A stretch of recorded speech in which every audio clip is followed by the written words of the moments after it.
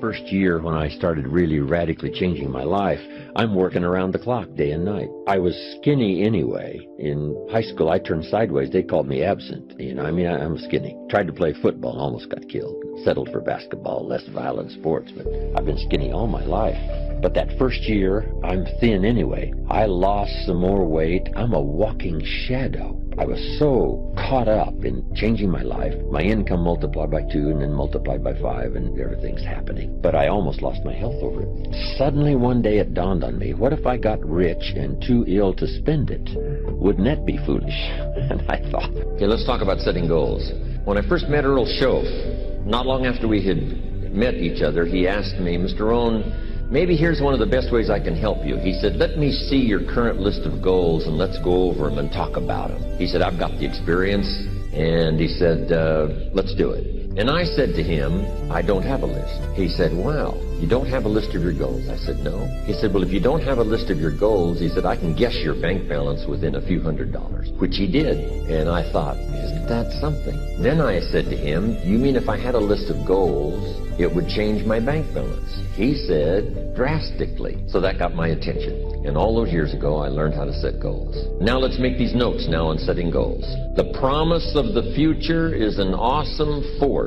We look back for experience, but we have to look forward now for inspiration. And what gives us inspiration to get up in the morning and do our job, learn skills, develop all that we can possibly be, is the promise of the future. And it can be so powerful that it can overwhelm any adversary you might have, any difficulties you might have. Here's a key phrase. Reasons make the difference in how your life works out. Reasons make the difference in your appetite and zest for taking on the challenge, doing the job, becoming successful. Mr. Schoaf said, if you have enough reasons, you can do the most incredible things. You can get through the most difficult day. You can overcome the most unbelievable challenges if you have enough reasons. And so he said to me, if you haven't got a list of your goals, Mr. Rohn, it's probably because you don't have enough reasons. He said, I'm sure since I've met you, you have enough intelligence. And he said, you have enough good health. And he said, you have all of those things working for you. But here's what you must work on now is to have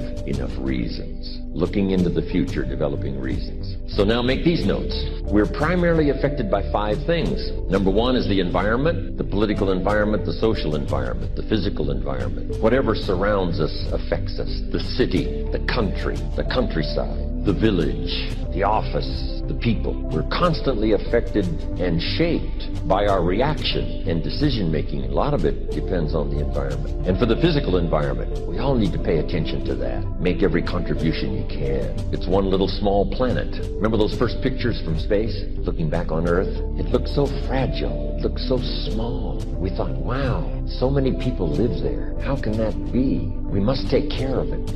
Right now, it's the only planet we got. Do everything we can. First, we're affected by the environment. Next, we're affected by events. Some events affect us all. Some affect the world regionally, nationally, or by the state, or by the community. But some events affect us all. Now, here's the next one. We're affected by what we know. What you know, what you don't know. The accumulation of knowledge or the lack of knowledge affects your dreams, affects your future, affects your income, affects your bank account, affects your associations, affects everything. You've got to really be a student, study, so you can learn how to make wise decisions that'll give you the best chance to build for the future. Okay, here's what's next. We're affected by results. Whatever your current economic results, whatever projects you've launched, the results up until now, that affects you. The results you've had in the past, up until now, that's affected you. Now here's number 5. We're affected by our dreams. Our dreams meaning our view of the future for ourselves. Now here's a note to make. It's important to make sure that the greatest pull on your life is the pull of the future. Some people let the past pull them back. The past can be like gravity if you let it to pull you back. Not just to think about it to get advice from mistakes to carry on for the future. But some people live in the past. They live in the darkness of the past. They live in the mistakes of the past. They live in the discouragement of the past. They didn't make it, and that affects them for the rest of their life, living in the past. So we don't want the past to pull us back to live in the past and all other kinds of things that affect us. It's going to affect us to some extent, but not to the extent that we should be affected by the future. So make this note. Dreams and goals can become magnets. Dreams and goals can become magnets. And the stronger the goal, the higher the purpose, the more powerful the objective, the stronger this magnet is that pulls you that direction. Somebody said, man, you're 59 years old. They said, you're 59 years old. How you gonna do your radio show and ride this bike and treadmill for 4 hours? I don't know. I do not know. They said, man, that's impossible. Have you ever done that for 4 hours in a row? I said, no. They said, well, how you gonna do it? I said, I'm gonna use some faith. They said, what you mean, man? That's hard. I got it hard. But faith don't make it easy. Faith make it possible. You know what I did? I tried to raise $1 million for my mentoring camp. I got on that bike, that treadmill, elliptical for 4 hours every day for a whole month. Didn't miss a day. Only got off a bathroom break. All I wanted was $1 million, but here come God with his grace again. He be killing me with his grace. I tried to raise $1 million. You know how much we raised? $1.8 million. Listen to this. Your greatness is in your imagination. Don't get this degree and forget about your imagination. I'm going to teach you something now. It's about faith. The scripture said faith is the substance of things hoped for and the evidence of things not seen. Okay, you've all heard it. I heard it around the room. Faith is substance things hoped for and the evidence of things not seen. Boy, when they said that in my mama's church, everybody in the building stood up and started clapping. I did too. But can I be real? I ain't even know what that meant. I got to get that Bible with about the 4 different translations in it, because the King James, thither thou, henceforth, furthermore, I'm out. Man, my reading comprehension ain't ever been good. I went to high school, and I hit 695 in my graduating class. I graduated 690. I gave them 5 people hell every time I saw them, too. I didn't get that Bible verse until one day I was reading a book. And in this book, there was a quote by Albert Einstein. And he paraphrased that scripture. You know what I'm saying? He took it and put it in regular English where a dude like me could get it. He said, imagination is everything. It's the preview to life's coming attraction. You gotta get this now. Imagination is everything. It's the preview to life's coming attraction. Man, do you know what that means? This was good news for me. I needed to hear this, because you know what that meant? That meant everything you ever imagined is real. But it's not only real, it was God showing you a preview of a coming attraction that he has for you. Oh man, trip me out now. Trip me out. Man, I almost started crying. Do you know how bad I needed that information? See, you've been thinking that your imagination is that it's just some thoughts, them random thoughts. But let me trip you out though. Have you ever tripped on this before? Do you know that it is impossible for you to think an impossible thought? That is impossible. You ain't that smart. So how did that imagination get in your head? You want me to tell you? It was God. God put it there. He put it there to show you a preview of a coming attraction he has for you. This whole time you've been imagining stuff. It was God been showing you something he got for you. Your problem is though, you tell your imagination to the wrong people. See, if you want to kill your big dreams, tell it to a small-minded person. Yeah, see, listen to me. This what it's about now. See, quit telling everything to everybody. See, you go up and you tell it to your friends and your so-called loved one. And because you think they care about you, you know how many of y'all that had a really wonderful life? Something God showed you, a business, a transfer, an opportunity, more education, more training, and man, this can change your world. You know how many of y'all that had this wonderful idea and you went in there and took it to that so-called friend and loved one and they shot it down, and because you thought they loved you, you thought they had your best interests at heart, so you believed them. Man, they was wrong. They was wrong. If God had wanted it in their head, he'd have put it in their head. He put your imagination in your head. Don't let this degree mess up your imagination. Your greatness is in your imagination. Now let me tell you how this works. Everything you have in here today, everything you are, is simply because you imagined it and you believed. You said you got a college degree. You're getting a degree today because you imagined it. But guess what? You believed it. Guess what? You're getting a degree today. You see how this works? Let's make it real simple. How about that hairstyle on your head? How you think it got up there? See, everybody's hairstyle in here different. It's the one you imagined would look good on your head. You believed it, that's the one you got. That car you drive, anybody make you buy that car? was a whole lot of cars on that lot. You went in there, you imagine yourself driving off the lot in that car. If you'd imagined the Rolls Royce, he'd have probably gave you that one. But no, you wanted the Prius. So now you're driving off the lot in the Prius.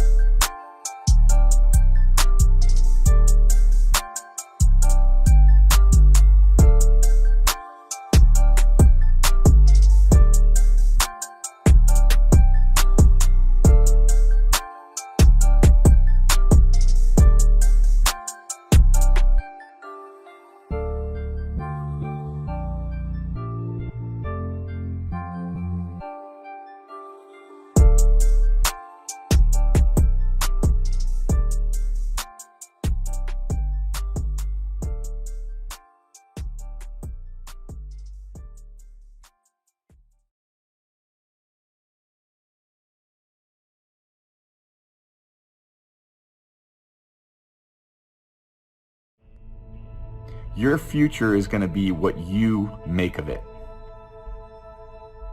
Because you're not going to be able to rely on people to do things for you. That's not the way life is. If you want to be great at something, you're going to have to put all your commitment and effort and discipline into doing just that. Things aren't handed to you as you get older. In fact, the things that I learned over the course of my life was the things that I actually worked for the most, that's what I valued the most. Where I put all my hard work and effort and dedication and discipline into, those were the things that really paid off. And when I faced really challenging times and really challenging obstacles, that's when I had to figure out deep down about myself what I was all about. And I realized that I can be more and make more of my own career than what a lot of people thought. And I'm still trying to do that today. I want you guys to achieve all that you set out to. It's going to take a lot of work. There's going to be a lot of obstacles. There's going to be a lot of challenges. But you guys are going to be the ones responsible for what you achieve. If you're going through some things where you feel broken dreams or a broken heart, don't get bitter. Don't give up on your dreams. Stay in faith. It's a sign that God is about to multiply. The loss, the disappointment, the person that didn't keep their word, they thought that they were setting you back, but little do they know that you're going to stay in faith. You're not going to give up. And what they thought was a setback was actually setting you up to increase. I know the conditions are not everything that you want them to be. I know all the circumstances are not the way you would like for them to be. I know that there are impending dangers that threaten your progress. I know that you don't have the insurance of an outcome. And when you don't have insurance, it is difficult to have assurance. All you have is God's command in your life that God said, keep it moving. We all face things in life that try to push us down. It's easy to lose our passion and think that's the way it's always going to be. When you get knocked down, you don't stay down. There's a force breathing in your direction, making things happen that you couldn't make happen, giving you strength that you didn't have. It causes you to rise up. And because you have bounced back, that difficulty cannot defeat you. It may hold you back temporarily, but it's just a matter of time before you rise back up. You have bounce back power. Bounce back from that financial setback. Bounce back from that divorce. Bounce back from that lie, the gossip, the haters. Bounce back. I want to encourage you tonight. There are things that only come out of you when you go through a struggle. So let's just rejoice that people hate. Let's rejoice that the enemy tried his best. In other words, when you go through something hard, God's going to make sure that that works something good out in your life. It pulls something out of you. It shapes you into something special. It prepares you for something that's ahead of you. I made it all the way. I started preaching when I was 19, and they said I wouldn't last 2 weeks. And I made it all the way to 62. I'm chasing you. I ain't got there yet, but I'm on your heels, buddy. I'm coming after you. Because you can't go ahead if you don't keep it moving.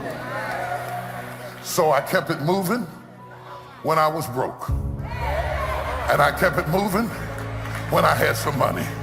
And I kept it moving when things were going right. And I kept it moving when things were going bad. And I kept it moving when I had the faith. And I kept it moving when I was scared out of my mind. To all of it, I know you're scared, but keep it moving. Keep it moving. What I got planned will only work if you. Until you follow your dream and connect it to your gift, you'll never be happy. You got to chase that dream before you die, man. Just go see. God puts your real life in your imagination. That's where your real life ain't in your present circumstance. Your real life is not in your current situation. Your real life is not in your paycheck. Your real life, He tucks it away in your imagination. Listen to me. This is serious what I'm telling you. Don't you think it's nothing else. Imagination is everything. It's the preview to life's coming attractions. Developing an awareness of yourself beyond your mental conditioning beyond your circumstances, adverse circumstances, beyond where you are right now, expanding your vision of yourself, going within. At this part of the year, you know what I say? Look behind and thank God. What do you mean? Thank that I'm still here, that I woke up with a pulse this morning. There's so many opportunities, so many blessings, so many things that I could do and participate in and expand my level of awareness. You may have things coming against you now. Thoughts tell you you'll never get well. This pandemic has ruined your finances. You'll always struggle with this addiction. Don't believe those lies. You may be down, but that is not your final destination. Get ready for favor. Get ready for breakthroughs. Get ready for healing. If you're going to come out of that challenge, you have to do like Micah. This problem didn't come to stay, it came to pass. God being for me is more than the world being against me. I shall arise. No more, it's never going to change. My business will never make it. My child's never going to get back on course. Zip that up. If you talk defeat, you're going to have defeat. That person that walked out on you, they didn't stop your destiny. Quit giving them that much power, thinking that they ruined your life. God has somebody better coming. I know that there are many of us that are facing struggles. We're in a hard season right now. And when we face hardships and when we face struggles and setbacks or closed doors, it's easy to give up.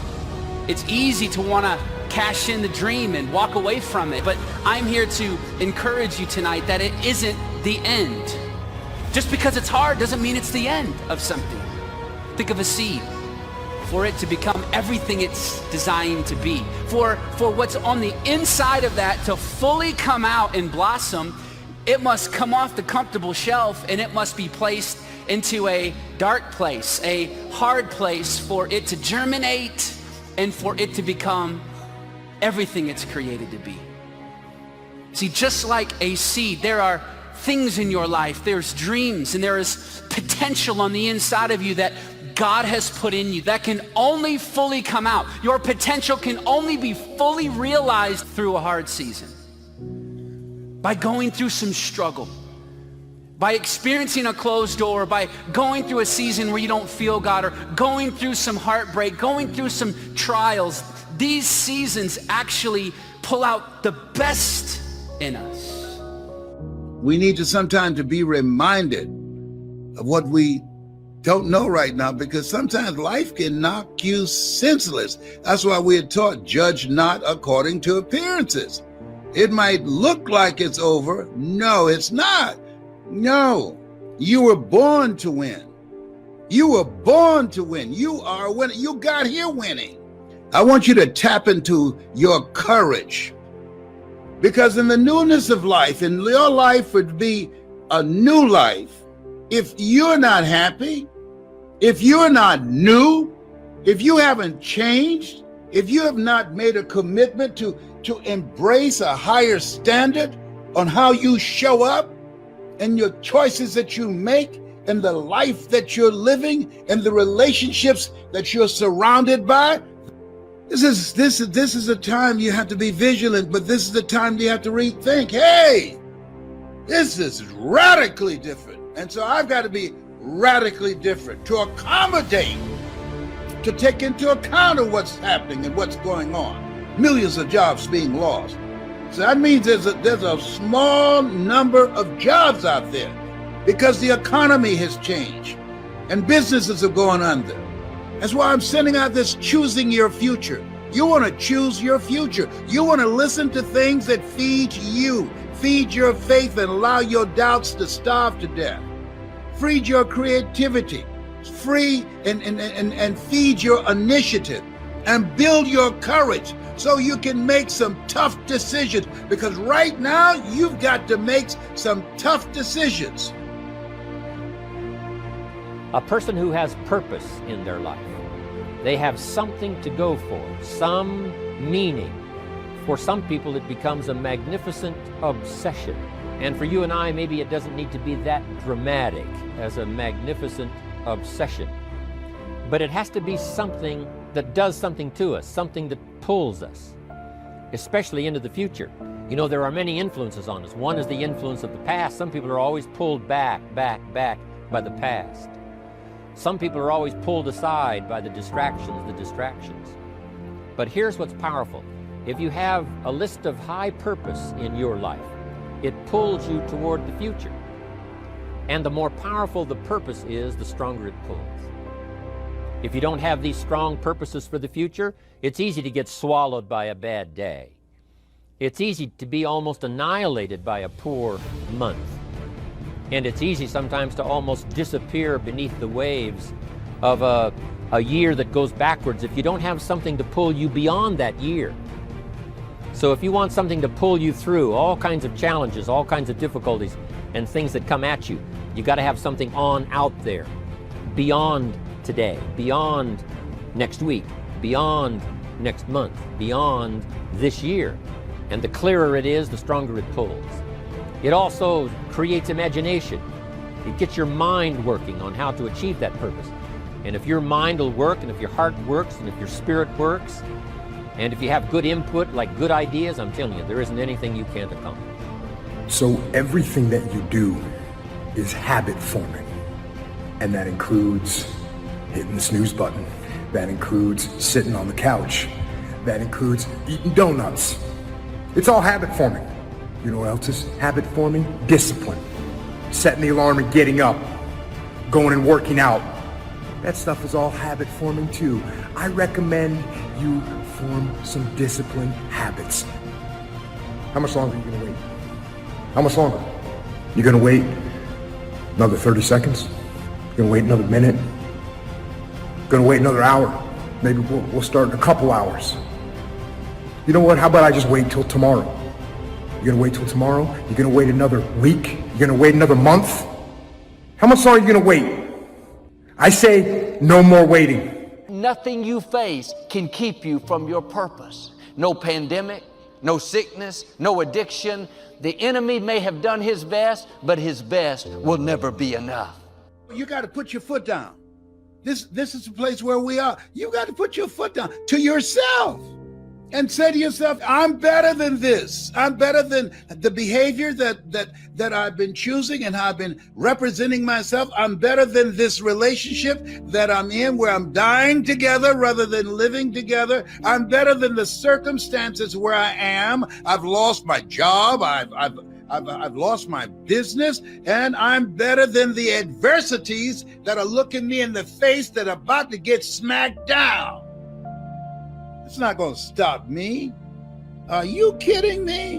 No, I'm better than this. Whatever life throws at me, you call it Murphy's Law or whatever you want to call it. Get that foolishness out of my face. I'm better than what's going on here. You may be bent over right now. You're facing challenges. Thoughts are telling you it's never going to work out. No, get ready to rise. You have bounce back in your spirit. When that storm is over, you're not going to be laying down, beat up. You're going to rise up healthy, blessed, prosperous. You're not going to look like what you've been through. Nobody is going to be able to tell that you even had that difficulty. When you come out of that storm, when you straighten back up, you're not going to be the same. You're going to be stronger, healthier, better off, ready for new growth. When you're in difficult times, you need to remind yourself, I may bend, but I'm not going to break. Defeat is not how your story ends. Sickness, trouble, not having enough is not permanent. Where does self-confidence come from? Self-confidence really comes from feeling good about yourself. And this is the best advice I can give you on that. Not neglecting, first of all, the small daily discipline. And one of the best ways to feel good about yourself is at the end of the day to know that you poured it on. You did your best. At the end of those kind of days, when you feel good about yourself, self-confidence starts to rise. You know that if you can have this kind of a good day, you can have another one the next day, and those days become the weeks become the months, and the month becomes a powerful year. Self-confidence comes from the lack of neglect. If you will not neglect to do the small daily disciplines, That's where self-confidence comes from. That self-confidence affects your health, it affects your future, it affects your psyche. So this is true. One of the great powers is self-confidence. Why not see how far up this economic ladder you can possibly go to see if you can't live an extraordinary life? Not just an ordinary life, that's okay. Survival, that's okay. But if you could think larger than that, so that you really go to work on seeing who you could become in terms of influence, in terms of productivity, in terms of living the little phrase I give you called an extraordinary life. Ordinary would be okay. Extraordinary would be the best. You may feel like you're in a pit. That's okay. The pit is leading you to the palace. You had a setback. That's okay. It's setting you up for greater influence, greater authority, greater honor. Don't sit around sour. Get ready for the greater things that God is about to do. Keep believing. Keep dreaming. Your time is coming. The pit is only temporary. The depression, the sickness, the lack is not how your story ends. You are closer than you think. It's going to happen sooner than it looks. God is going to surprise you. Some people say, well, I'll do it for a little while and see what happens. You know, I'll try a couple of things. If that doesn't work, I'm out of here. And all of us know that that kind of person doesn't have much of a future. But if you're willing to do whatever it takes, if I have to learn a couple of things, I will learn those things. If I got to learn 5 or 6 things, I'll learn all 6. If I have to take an extra class, I'll take an extra class. If I've got to read the books, I'll read the books. If I have to consult with people who know more than I know, I will do the necessary consulting. Whatever it takes, I will do. That starts to develop unbelievable self-confidence. To rise above what happens, the petty little things, the discouraging things that would sink everyone else's ship except yours, that would cause someone else to quit early in the day, but you keep going. That kind of willingness to overcome all circumstances, whether it's the little challenges or the big challenges. If you're willing to do that, I promise you, this kind of power will work for you, and in you, the variable, it'll make a difference. I'm going to teach you a lesson about confidence. When you have confidence, when you say your name, you look someone in their face. It doesn't matter what they think of me, I know what I think of myself. I am, repeat after me, I am great. I am amazing. I am significant. I am smart. I am special. I could stand up with all the confidence in the world. No one can stop me but me. And me standing in my way is not an option. No one in the world can stop my greatness. No one in the world can shake my confidence. It doesn't matter what you say about me. It's about the way I feel about myself. Who operate in darkness, they are relentless. They never stop. And we have to make it our full-time job to fight back. You got to put your foot down. You got to get an attitude. You got to get fired up. You got to get up, look at the man in the mirror and go. Disturbed because no one else can see it. That's not unusual. You've got to learn how to tune out the critics outside and the critic inside. You need to change on how you look at those people that might have hijacked your brain. Don't allow all these things to make you a lesser person. You must own your mind. Don't let life own yours. Everybody has a defining moment. Whatever your defining moment is, own it and say to yourself, after today, I will do whatever it takes to become everything I can become. Raise the bar on yourself. Challenge yourself. Expect things to be great for you because you're going to show up differently. Fight like a warrior and die a legend. I don't care who you are. Life's gonna punch you in the face.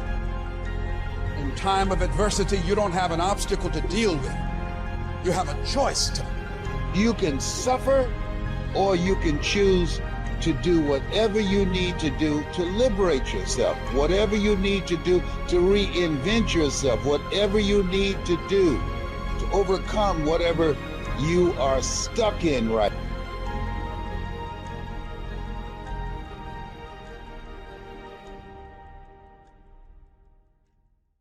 First time ever in a comedy club. I won $50. I only went on a dare. I cried all the way from the comedy club to my house. The girl I was with named Gladys Jacobs said, "Why you crying? It ain't but $50. I said, no, you don't understand. I was born tonight.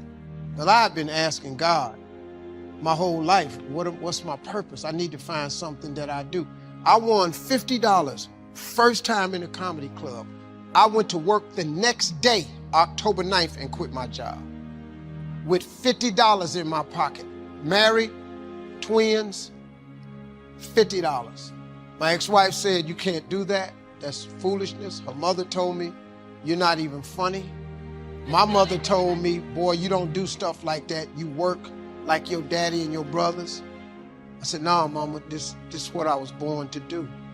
And my mother was saved and, you know, Sunday school teacher, so I believed everything my mama told me. But this one time I said, Mama, I got to go try this. I said, this is it for me. I said, if I don't do this, what I'm gonna do? She said, you're gonna work like your daddy did. Your daddy worked hard. I said, okay, well, I just work hard, but I'm gonna go be something. The only person in my family that believed in me was my father. He said, boy, if you think you can make it, go ahead. If you need some help, I'll give you 100 every now and then. And I've done nothing since that day except tell jokes. Now, I got in a lot of trouble. By the time I was 30, I was homeless. Because the first year in comedy, I only made $3,500. The next year, I made $5,000. The third year in comedy, I made $6,800. You get homeless real fast. So I was trying to make my little money and send it to my wife and kids, but it wasn't enough. So I would just keep $25, enough to stay out there and get to the next gig. And you know, it didn't work for me for 3 years. I lived in my car. You have to take chances in life. You know, if you want your life to be something special, you eventually have to take a chance. You can't do normal things and expect extraordinary results. It doesn't work that way. You have to take an exceptional chance one time. And it's gonna cost you something that you care deeply about. Bishop Jakes told me one time, he said, in order to get to the next level in life, you can see where you wanna go, but it's a glass ceiling. The reason you can see it is because it's a glass ceiling. In order to break through a glass ceiling, you're gonna have to shatter the glass. Anytime you shatter the glass, it's gonna be blood shed. And the blood that you shed is gonna be something that you care deeply about. So if you are not willing to shed something you care deeply about, you cannot go to the next level. Most people let their family keep them from going to the next level. Some people, your friends. Some people, it's your job, your position keeps you from going to the next level. But if you go to work every day and you ain't happy, if you don't wake up overjoyed to go to work, that ain't no life, man. You got the wrong job. You know why you got the wrong job? Because you ain't living in your gift. You only find peace and happiness when you live in your gift, the thing God created you to be. If you don't ever do what God created you to be, man, you'll never be content. You'll be miserable. All the time I was miserable. For 27 years, misery. I couldn't figure it out until I won that money. I won $50. Just 50, which changed my whole life. I made a lot more since that 50. But guess what? I still tell jokes. So all these years is jokes. I don't be nothing else. I'm gonna be funny. That's the deal, ain't it? If you hire me, you're gonna get these jokes. Because that's my gift. What you want me to do? They hired me to speak at this insurance company one time. All these big wigs sitting there now. So I started telling jokes. The audience was dying laughing. This guy came up to me and said, I hired you as a motivational speaker. I said, that's what I do. Well, what's the laughing for? I said, because it holds people's attention. I said, go ask everybody what they got out of my message today. It ain't gonna be the jokes. It's gonna be something I told them. But you know, you got people that they don't want to hear that, but that's my gift. And if you live in your gift, you'll find your completeness. Until you live in your gift, you cannot be complete. When God created you, he gave you all a gift. All of you in here are gifted. You are gifted people. What is your gift? Your gift is the thing that you do the absolute best with the least amount of effort. Once you identify that, your life changes. God takes you to new heights. You find peace, you find joy. You wake up in the morning, you can't wait to go to work. If you waking up in the morning and you hate going to work, it's because you ain't living in your gift. I don't even have an alarm. I wake up every day ready to go to work, because guess what? I'm going to go tell these jokes. They're going to give me this check. Look what I'm doing. Look, that is available to you, though. That God that created you has that same thing available to you. Every last one of you. I bet he do. I dare you to try it. I dare you. What I'd like for you to do right now, I want you to think about your dream. Think about your dream right now. I want you to think about it. Now, ladies and gentlemen, let me share something with you. I do not believe that any of us have dreams that were not given to us for the purpose of accomplishing those particular dreams. I started out, as was indicated, very humble beginnings. I don't know what that dream is that you have. I don't care how far-fetched it might appear to be. I don't care how disappointing it might have been as you've been working toward that dream. That dream that you're holding in your mind, that it's possible. See, sometimes we can't say, I can do that. But what we can say, that I can have my dream. As we work on it day in and day out, no one, ladies and gentlemen, could have convinced me when I started out working on my dream, and I want you to think about whatever your dream is. I was willing to take a chance, and most people won't do that. Most of the people that you talk to, these are not risk takers. Most people have done all that they're ever going to do. They raise a family, they earn a living, and then they die. But people who are running toward their dreams, life has a special kind of meaning. That in the process of working on your dreams, you are going to incur a lot of disappointment, a lot of failure, a lot of pain, a lot of defeats. But in the process of doing that, you will discover some things about yourself that you don't know right now, that you have greatness within you, that you're more powerful than you can ever begin to imagine, that you are greater than your circumstances, that you don't have to go through life being a victim. I was born in Miami, Florida, in an area in an abandoned building on a hard linoleum floor with my twin brother. We were adopted. When I was in 5th grade, I was identified as EMR, labeled educable, mentally retarded, and stayed in that category until I got out of high school. But I met a high school teacher who one day changed my life. I was waiting on another student. When he came in, he said to me, young man, go to the board and write what I'm about to tell you. And I said, I can't do that, sir. He said, why not? I'm not one of your students. He said, it doesn't matter. Follow my directions. I said, I can't do that, sir, because I'm educable, mentally retarded. And he came from behind his desk and he looked at me. Someone's opinion of you does not have to become your reality. I just make mine so simple that it really doesn't have those complications. If on your goal list is a ranch in Montana, and you say, well, if I worked hard and maybe it's my 2nd year of following an entrepreneurial project and I'm doing fairly well, I think maybe I could accomplish that in 5 years. Sure enough, if good things happen, it's down to 3. If it takes me a little longer, maybe that's off in 10. But I just leave it on my list, not to make it an obsession. And then maybe the more I think about it, say, no, not a farm in Montana.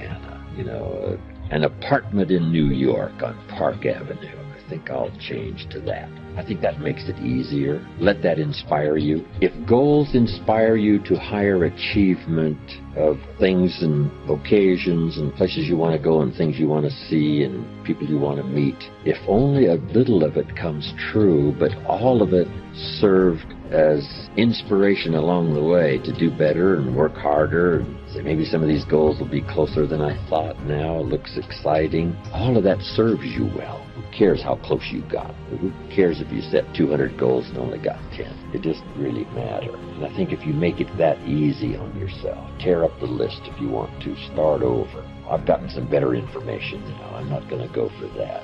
How about something else? I think that's the key. I make it easy. Make a list of what you want and start checking off the things that are easy to get on your list. A lot of little things that you start checking off, and then let the rest of it all unfold. But you might as well dream about, having an upstairs maid and a downstairs maid. If you happen to visit a rich man's home and say, wow, that's the life for me, I'm going to put that on my list. The guy's got a limousine and a driver. You say, wow, someday that's for me. And then later you say, no, this limousine and driver deal, that's not for me. But let it inspire you in the meantime. Why not? Even if you change your mind, threw that out, put in something else. One of my friends brought me on his Learjet the other day from San Jose to Van Nuys, close to my home. I thought, wow, it'd be nice to have a jet like this. But I think it only seats 4 people or 5. It's really small. Then he's got an 8-passenger helicopter, pilot and a co-pilot and 6 passengers. It's the latest state-of-the-art, fine machine. Then I thought I'd like to live in a mansion and have all the stuff. But then I go visit someone who's got the mansion and the security and the servants and the groundskeepers, and this whole house is just almost like chaos.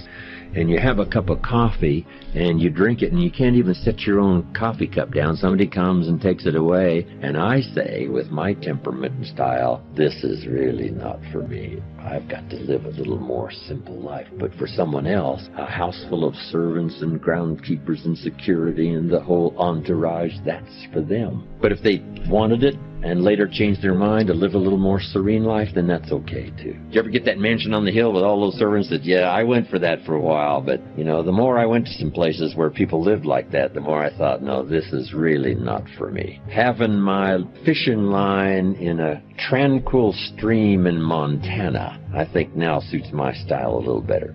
I did a seminar in each city in 13 cities a month. I had the elaborate entourage. It was unbelievable. One day I decided, someday I shall have no office, I shall have no secretary, I shall be free. And sure enough, that day finally arrived. People ask me now, what is your email address? And I say, I do not have one. I do have a website that someone else runs, but I have really simplified my life. A company that I do a lot of business with around the world asked me, do you want an office? I said, no. I said, do you want a secretary? I said, no. Then I did say once, yes, I'm going to have the satellite and put a fax machine in my motorhome so that I can be in touch but out of reach. I want somebody to say, yes, you can contact him, but you can't find him for a while. He's not gone forever, but he's gone for a while. So I do seek solitude, you know, chances to get away. My farm in Idaho, overlooking Snake River, is a great place to get away and deal in agriculture and build a few homes. A little change of pace from flying all around the world. It's exciting for me. But for now, right, I have no office and no secretary and no email address, and so I managed to escape most of it. And I think you just have to really make the hard and fast decisions. I did a speech one time, and the title of my speech was, Today I Am a Wealthy Man. Didn't have much to do with money. But here's what I said. I want you to jot these notes down. Here was number one. I said I'm wealthy because of my heritage, my parents, my grandparents.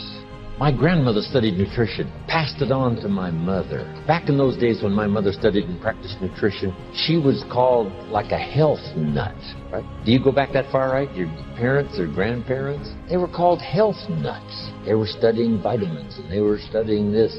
Mama used to mix up some of this stuff for me and Papa and said, if this don't kill us, I think it'll help. And we're, gagging this stuff down. My mother, with the practice and study of better nutrition, extended her life at least, the doctor said, at least 20 years. Said if your mother hadn't have done that, she wouldn't have lived that extra 20 years. He said when your mother died, the walls of her heart were paper thin.